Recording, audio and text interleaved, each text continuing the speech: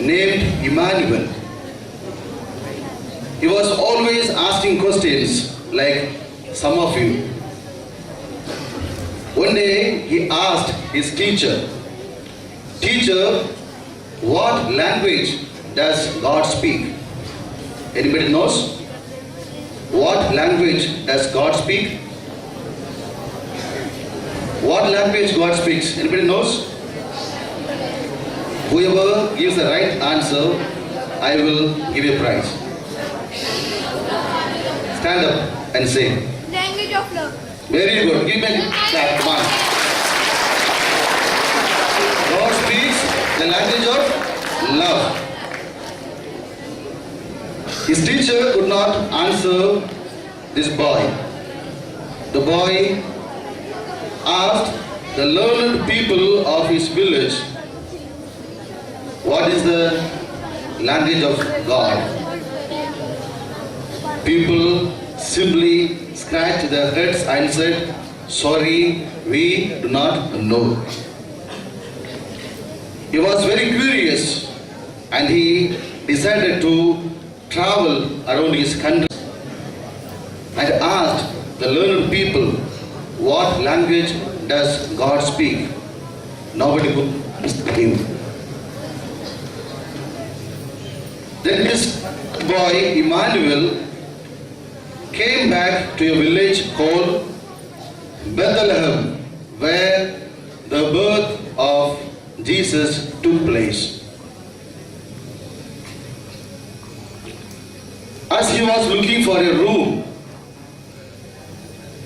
he could not get one because all the rooms were filled up. All the inns were filled up. Finally, he decided to look for a cave outside the town. As he was looking for a cave outside the town, he saw a cave. As he stepped inside the cave, he saw a young couple and a child. The cave was occupied by a young couple and a child. The young mother called Emmanuel and said, Emmanuel, welcome. Emmanuel, welcome. We have been expecting you. The boy Emmanuel was stunned. And he was all the more amazed when the young mother said, you have been going around the world to discover what language God speaks.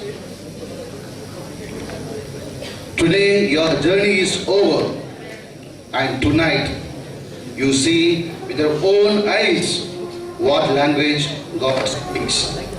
God speaks the language of love. God speaks the language of love. This particular boy, Emmanuel, he fell on his knees before the child Jesus and wept for joy. For now he knew the language God speaks, the language of love. God knows only one language, and that is the language of love. Respected teachers and students, the only language that every person understands of every nation is the language of love.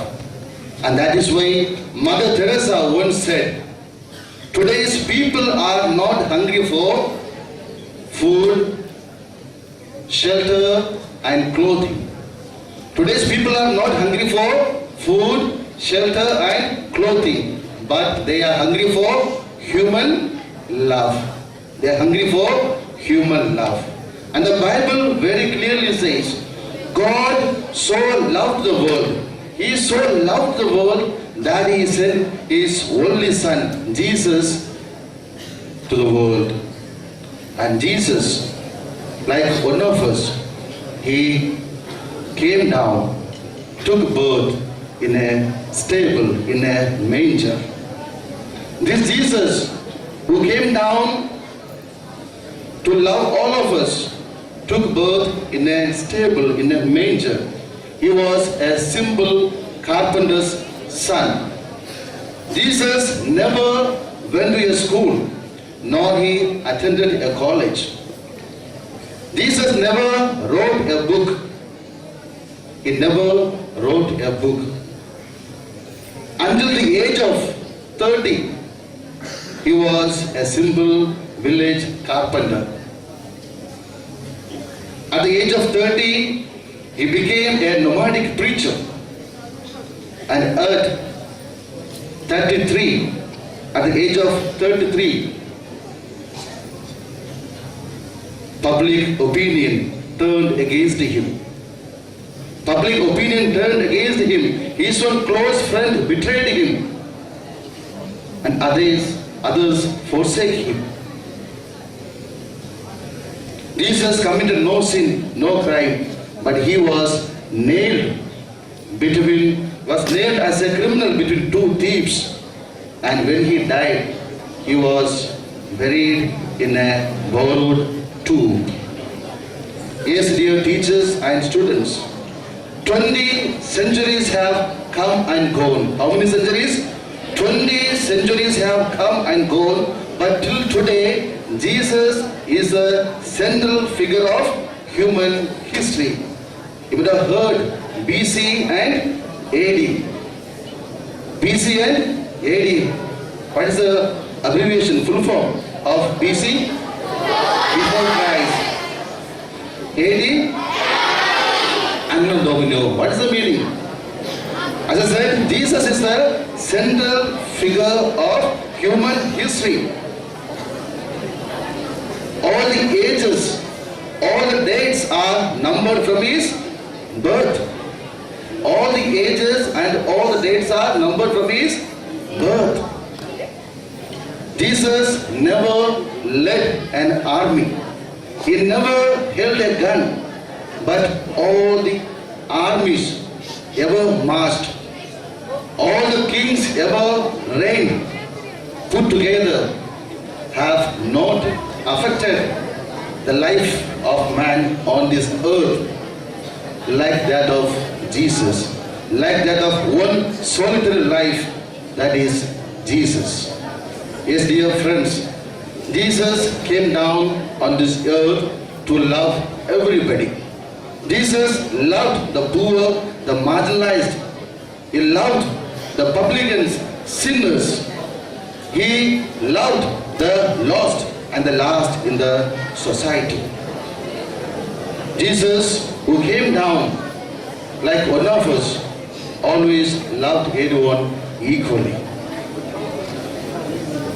Many great souls like Mahatma Gandhi, father of our nation, Mother Teresa.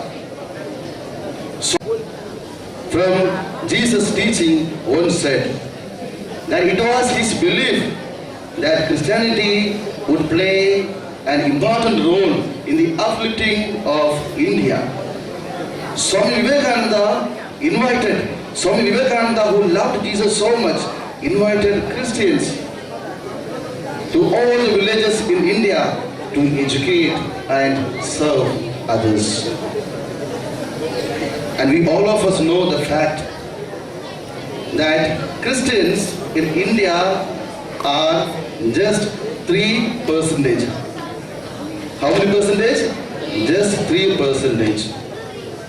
Few years back there was a survey, and the survey, it was said, Christians just constituting 3% of the Indian population run the highest number of institutions. Institutions like schools, colleges, hospitals, dispensaries, social centers, so on and so forth. Why are we doing all these things? Just because of Jesus and his love. For Jesus has said, whatsoever you do to the least of my people, that you do unto me. Whatsoever you do to the least of these people, that you do unto me. And Mother Teresa was moved and inspired by these words of Jesus. Mother Teresa, while receiving the Nobel Prize, she was asked, "Mother, from where do you get the strength to serve the poorest of the poor?" She said, I get this strength from Jesus. I see Jesus in the lame. I see Jesus in the poor. I see Jesus in the marginalized. I see Jesus in the homeless. I see Jesus in the dying, in the children. Martin Luther King once said to his opponents, enemies, "Throw us in jail, we will still love you. Throw us in jail, we will still love you. Bomb our houses, threaten our children, we will still love you. You beat us and leave our children half dead, we will still love you. But you be assured, we will wear you down by our capacity to love." Respected teachers and students, Christmas is nothing but a celebration of love. Divine love becoming human flesh, becoming like one of us. And that is Jesus. The same Jesus who loved everyone invites each one of us, invites me and you to love everyone. Therefore, always extend a helping hand to the needy, the poor. One philosopher once said, I pass this way but once. I pass this way but once. But when I am here on this earth, let me do something for God and go. For I do not pass this way again. I pass this way only once, not again and again. So as long as I am here in this world, let me do some good works and go. So dear teachers and students, may baby Jesus bless all of you, give all of you the strength to love everyone, give you the strength to extend a helping hand to the needy, especially during this Christmas season. Once again, I congratulate all the participants and I wish all of you a happy, Christ-filled and love-filled Christmas and a prosperous New Year. Thank you.